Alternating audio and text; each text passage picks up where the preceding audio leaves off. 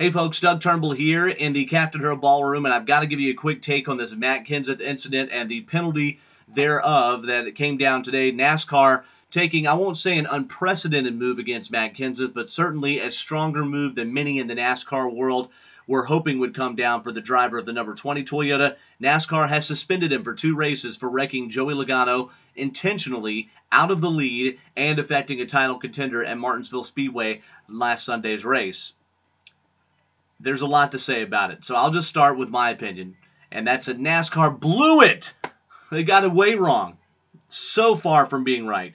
Yes, in my opinion, NASCAR should have levied a penalty against Kenseth, but they should not have cost him seat time. It was a much too harsh penalty. I don't care what the dollar amount is or even the points amount, because really those don't matter that much in the scheme of things for a driver not in the chase. Not in the chase anymore. But Matt Kenseth should not lose seat time over this. What he did was no different than what Jeff Gordon did to Clint Bowyer at Phoenix 3 years ago. Gordon was a car that was not on the lead lap, attacking a car that was a title contender and in the top 10 in the race. No, he wasn't the leader, I know. And he wrecked Clint Bowyer, took him out, and not only that, caused other cars to get piled into the wreck and caused a pit road fracas behind it. Right or wrong? Gordon got a points penalty, Gordon got a monetary fine, and that was the end of it. He also probably lost a little respect in the garage, or maybe gained some, depending on the side of the garage you're on. In Matt Kenseth's case, he seemed to have quite the case for wanting to wreck Joey Logano. Right or wrong? He blocked Logano a couple of times. Logano gave up patience for him, battling for that Kansas win. Logano spun him out, won the race, and really that's what put the lid on Matt Kenseth's title chances. So he gets eliminated at Talladega, comes to Martinsville. He tries several times to rattle Logano's cage a little bit, but then with a damaged race car and an F the world mentality, Matt Kenseth goes after Joey Logano and takes him out, cleans him out, and really puts Joey Logano's title chances, the series leading winner, by the way, on life support. So NASCAR gives him a 2-race penalty or a 2-race suspension, saying that he affected the title chase, he wrecked a title contender when he wasn't part of it, and that it wasn't a battle for position. But this is a highly inconsistent and highly hypocritical move by NASCAR when just in the not so distant past, Jeff Gordon got no suspension for his moves, and neither did Carl Edwards. In fact, 5 years ago, Carl Edwards wrecks Brad Keselowski blatantly, a damaged car who had a chip on his shoulder, and flips Keselowski. Could have killed the guy. He landed on his roof in between the wall and the racing surface, and NASCAR gives him a 3-week suspension. Now, why so different? Well, back then, that's when NASCAR was trying to move from vanilla to colorful, and they told drivers it was boys have at it.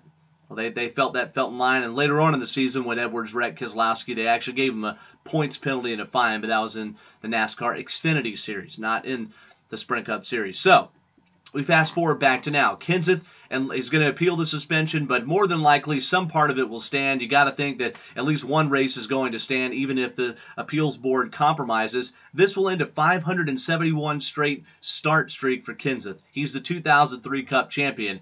And maybe here's the most important aspect of this all. Let's ignore the fan noise. A lot of fans love what he did, and even some that didn't like it. Let's ignore the pundit noise, but let's listen to the drivers. The drivers were almost unilateral in their support for Matt Kenseth. They thought that Joey Logano not only did him wrong at Kansas, but he certainly handled himself wrong afterwards and showing no remorse at all for what he did to the 20 car.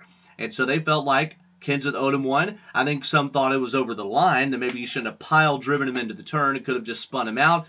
But nonetheless, what happened, and now Kenseth likely is going to pay the price. NASCAR made the wrong move. Number one, they were inconsistent. Number two, they are essentially punishing Kenseth for putting the sport more on the map and getting him more talked about, whether you like it or not. It is kind of a black eye for the sport, but let's compare it to something.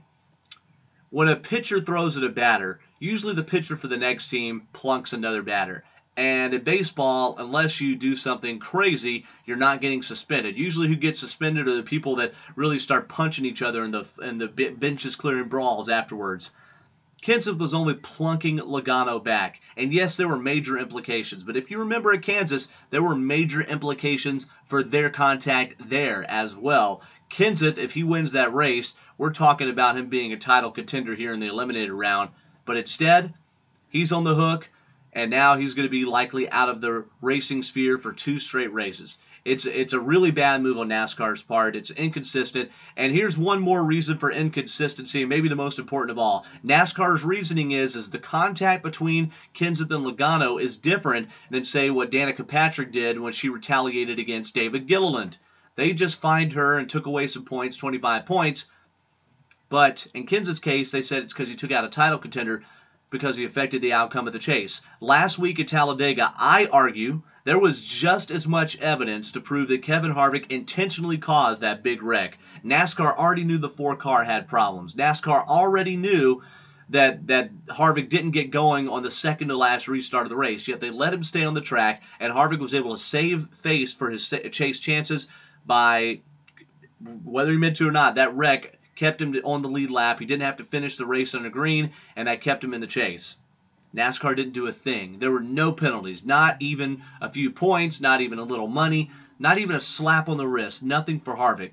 So for NASCAR to, on one hand, praise Logano for spinning Kenseth, then on the other hand to suspend Kenseth for affecting the title chase, they did nothing to Harvick just a week ago, when that instance gave just as much, if not more, of a black eye to the sport than what Kenseth did last Sunday.